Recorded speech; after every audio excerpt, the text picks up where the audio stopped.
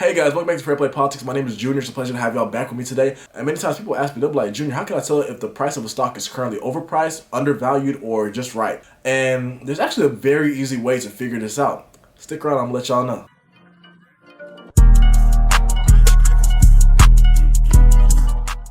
So there's a major tool that you can use to evaluate the current stock price of a stock, and it's called the PE ratio. PE ratio stands for price to earnings ratio, and that just basically means that we're just comparing the current market price of the stock, so whatever the stock price is, in comparison to the earnings per share of the stock over the last year. So the profits of the company over the last year. So if you would like to calculate the PE ratio on your own, all you have to do is grab the current stock price and divide it by the earnings per share. But if you don't want to do all that math, you can literally just go on Robinhood, WEBULL, or just Google a stock, and it will show you the current PE ratio for that stock as of today. So let me give you guys an example. Let's say that you want to invest into the stock Fair Play Politics.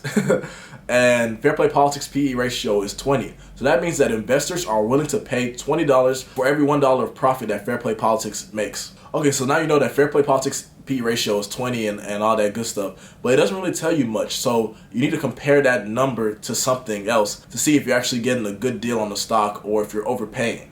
But in this video, I'm going to give you guys 3 different ways to gauge whether or not the PE ratio is good and you're paying a good price, or maybe you're getting a deal on the stock. But I will use the company Apple to show y'all this example. So the very first thing that you can do is compare the current PE ratio to the historical PE ratio. Alright, so as of today, Apple's current PE ratio is 33.46, but when we compare Apple's current PE ratio to its historical averages, we see that it's remained pretty constant and stagnant over the past 10 or 15 years. But recently, as of last year, Apple's PE ratio jumped up like crazy. So what may have caused the PE ratio to jump recently is just speculation amongst investors. Maybe Apple's bringing out a new product that may yield them more money in the future. Investors believe that they're going to make even more money in the future, so they don't mind paying more for the stock. So that's something that could cause the PE ratio to rapidly climb as it's done for Apple. But as an investor, you have to do your own research and assess the situation and see if this risk is right for you. Because maybe the investors are wrong and Apple shouldn't be really valued that high right now. Another thing that you can compare Apple's PE ratio to is other PE ratios of stocks and companies that are in their same sector. So for example, Apple's a technological company, a tech stock, right? So we would compare it to other stocks such as Google and Microsoft, right? And when we look at Microsoft's current PE ratio as of today, we see that it's 36.95, which is very close to Apple's 33.46. It's not that far. So that shows us that Apple's PE ratio is actually a little bit better than Microsoft, but not by much. And when we look at Google's PE ratio today, we see that it's 32.99, which is very close to Apple's as well. So that would tell us that relative to other big tech stocks, Apple's PE ratio is pretty good. Apple's currently not overpriced or underpriced, really. It's really right in the middle. Whatever you're paying for Apple stock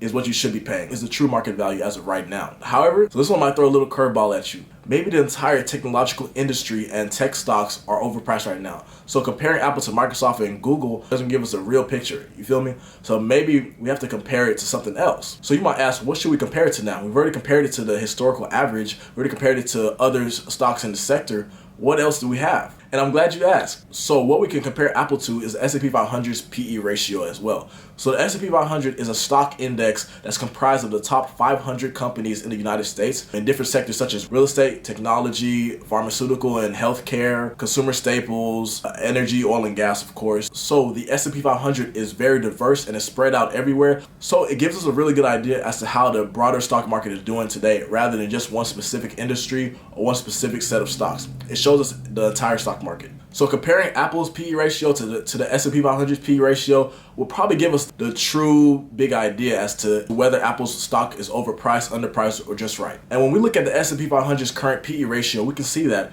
it's currently 28.74, which is not too much lower than Apple's.